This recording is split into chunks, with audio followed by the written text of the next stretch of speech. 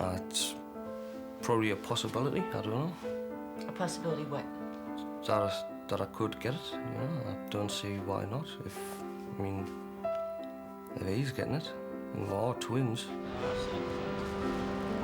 Wait, did you want to? Once a year, Stephen and Sean leave their hometown, bound for the London Institute of Psychiatry, where they are subjects in a study of twins and schizophrenia. After 10 years of living with this destroyer of the human spirit, Stephen hopes the study will confirm that his brain has escaped the disease. Sean is hoping that someday science will come up with a cure for an affliction that from its very onset buried him in a state of confusion and paranoia. First I thought I was turning telepathic and I would read people's minds and that because I didn't know what was going on.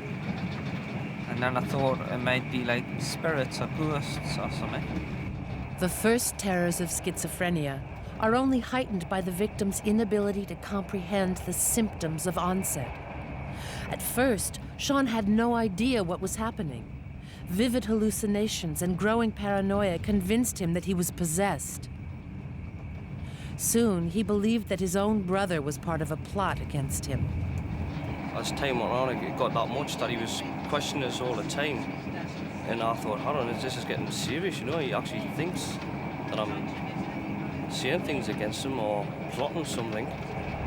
Sean's psychosis was not the first time the twins had encountered the disease.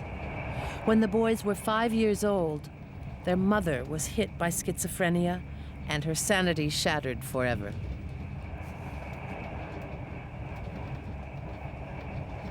Watching his brother fall victim was devastating for Stephen.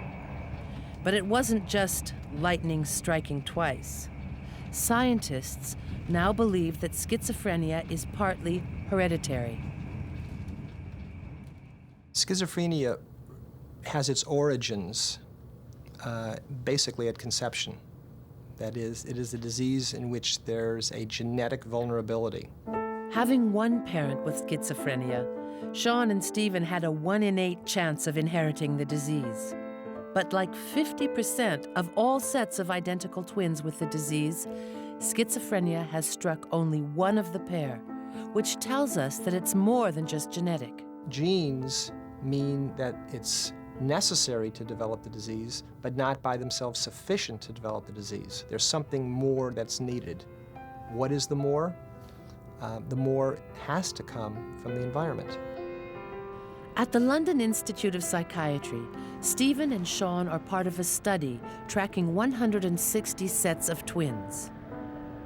Here and around the world, scientists are searching for reasons why one twin can be stricken by schizophrenia while the other escapes. Twins are a fascinating group of people in that here you've got an identical pair. They share exactly the same genes. You can try and tease out the influences of the genes versus the influences of the environment. Dr. Farouk Ahmad is one of the specialists searching for the triggers to psychosis in the London study of twins. Even though we think of them having a common shared environment, the environment itself can be very different. For example, during pregnancy, the blood supply to one twin may be more than to the other twin, which would affect its growth and also the brain development. And we know from other studies that birth complications are important in predisposing people to developing schizophrenia. Sean was born with 2 strikes against him: a mother who would fall victim to schizophrenia, and, born 20 minutes after his brother, a birth marked by complications. Their painful history makes the brothers perfect subjects for study. Using magnetic resonance imaging, Dr. Ahmad is looking for signs of how the disease has changed Sean's brain. Sean, can you hear me? I'm going to ask you to start with a word as soon as you see the letter. For people with schizophrenia, even basic mental tasks can be overwhelming. By tracking blood flow within the brain, the MRI monitors how the brain tackles a job. Comparing results from Stephen and Sean's tests would reveal the difference in how their brains work and look. Stephen, that's your brain.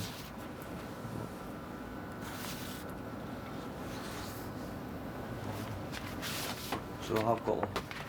Yes, you have got one. And so you both have got one. We've never found anyone without a brain yet. Yeah. Have you learned anything from the tests that you've done on me and Sean? Yeah, an interesting thing which I'll point out to you here is that this is the CSF, the water in the ventricles. Yeah. And the ventricles are like rooms inside the brain, which the water flows through. If genetics were the sole factor, the twins would have identical brains. But the structural images reveal striking differences between the two brains. Sean's brain is notably smaller than his identical twin, with more water and less gray matter. Sean's ventricles are clearly enlarged and asymmetrical, a known sign of schizophrenia.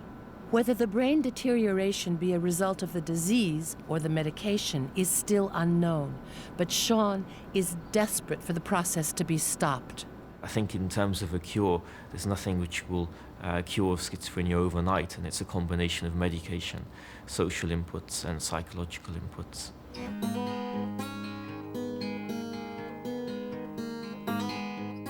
His brother, his family, and medication enable Sean to exist on the fringes of society. But he is a shadow of his former self.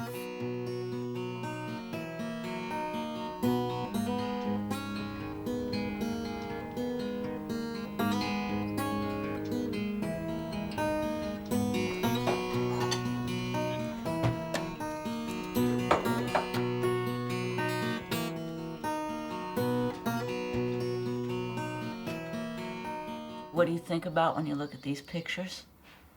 Oh, I just wish I was like that, like I used to be. Do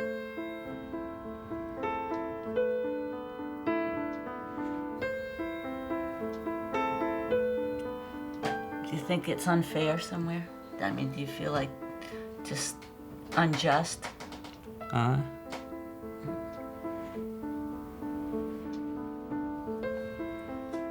For Sean, every day is a struggle with fear, the nightmare that keeps him locked inside a lonely and frightening world.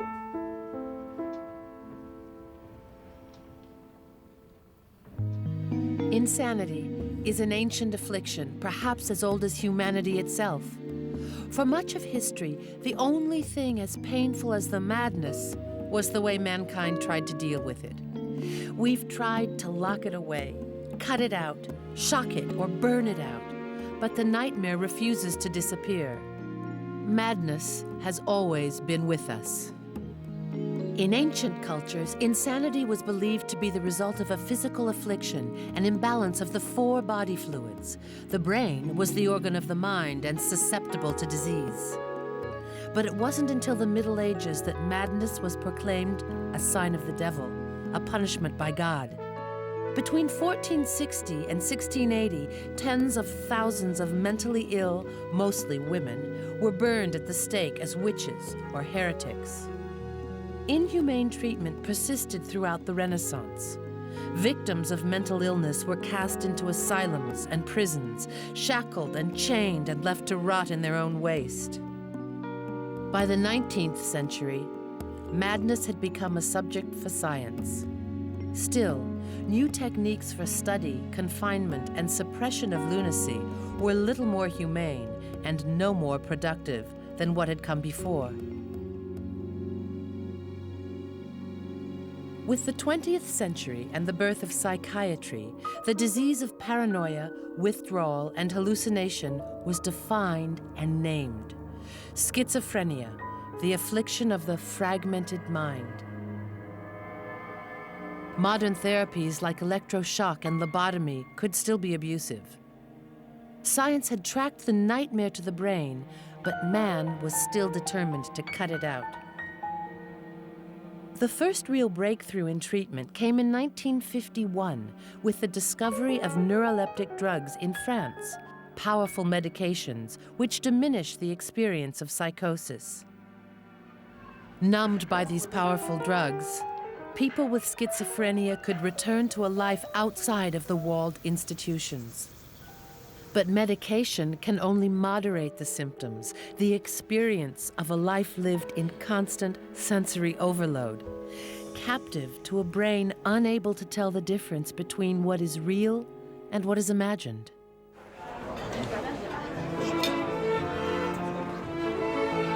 Imagine a world where a busy restaurant feels like the front lines of a battlefield. Where every sound, every voice, every note of music were all firing at you at the same volume.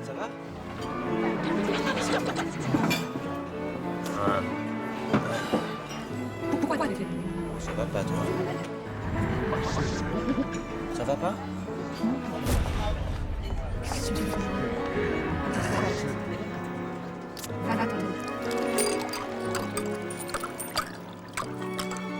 Imagine that in every glance you felt people were reading your mind, injecting thoughts into your head.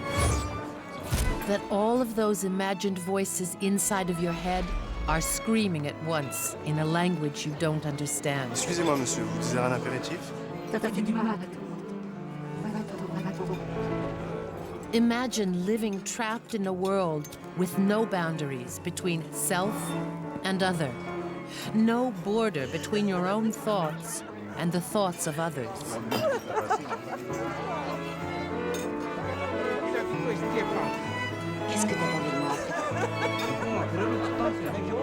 For millions of people around the globe, this is everyday life. Life in the world of schizophrenia. Now, if you and I were at a cocktail party or at a train station where there were a lot of people and many conversations going on at one time, we would be able to focus in on a single conversation by blocking out all of the other noise and conversations around us. Dr. Francine Bennis is a world-renowned scientist searching for links between brain chemistry and schizophrenic behavior. When a schizophrenic is in a crowded room with a lot of conversations occurring around them, they hear all of the conversations with equal emphasis. It becomes absolutely overwhelming to them, and the only way that they can take control over the amount of sensory information that's entering their brain is to run out of the room. Victims of schizophrenia live in fear. The inability to filter external experience from internal thought contributes to hallucinations, voices and visions that can make even familiar situations terrifying. Recently, functional imaging has enabled researchers to monitor brain activity during psychotic episodes, adding new understanding to the power of hallucination. People with schizophrenia experience hallucinations as real because their own brain tells them that the experience is real. These MRI pictures show that the activity in a brain hearing real voices is almost identical to the same brain hearing imagined voices. I'd hear someone call my name, or I'd hear the phone ring, or I'd hear someone at the door. So I'd go there and no one would be there. I often notice people going into telephone booths and talking.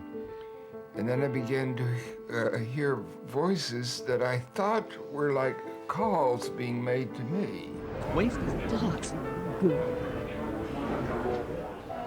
Is it one voice or many voices?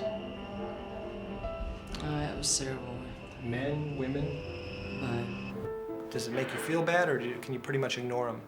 Well, I try to ignore them, but sometimes it does make me feel bad. I see. And what is it that makes you feel bad? The remarks that I hear, you know, being called a bum and stuff like that. So you start to take it personally? Yes, sir.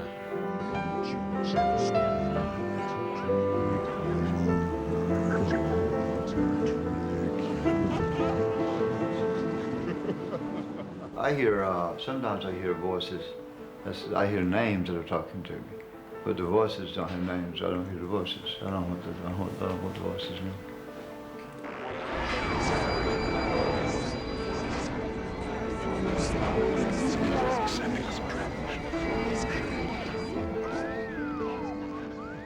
The whole world was out to get me and out to get my family, and it was just awful. For many victims, mental illness is a lifelong trap. For others, it's a recurring nightmare that shatters periods of normal life. It takes an exceptional mind to cross the frontier between sanity and madness at will. Insanity, when you're really in it, it's like a dream which you can't wake up. Nowadays, as the dream is ending, I realize that it is a dream, and then I wake up. John Nash